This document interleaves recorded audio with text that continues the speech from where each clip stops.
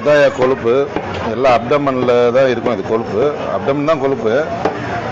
ஆனால் வாரியே வந்து எல்லாம் கொழுப்பு கொழுப்புன்னுட்டு அந்த ஒயிட் கலரில் இருக்கிறனால அது கொழுப்புன்னுவாங்க.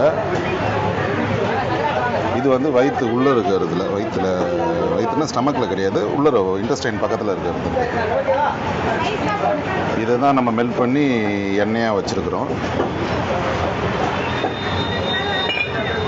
இந்த கொழுப்போட யூசேஜ் என்னமாம்மா?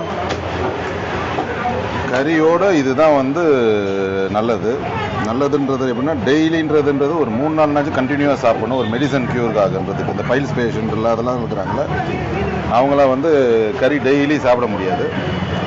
ஸோ இது வந்து வாங்கி வச்சுட்டா நம்ம நார்மல் நெய் யூஸ் பண்ணுற மாதிரியே தான் யூஸ் பண்ணணும். ஒரு 2 to 3 டைம்ஸ் ஒரு நாளைக்குன்றது ஒரு 3 நாள் 3 நாள் சாப்பிட்டா உங்களுக்கு க்ளீனான ரிசல்ட்டு காமிக்கும்.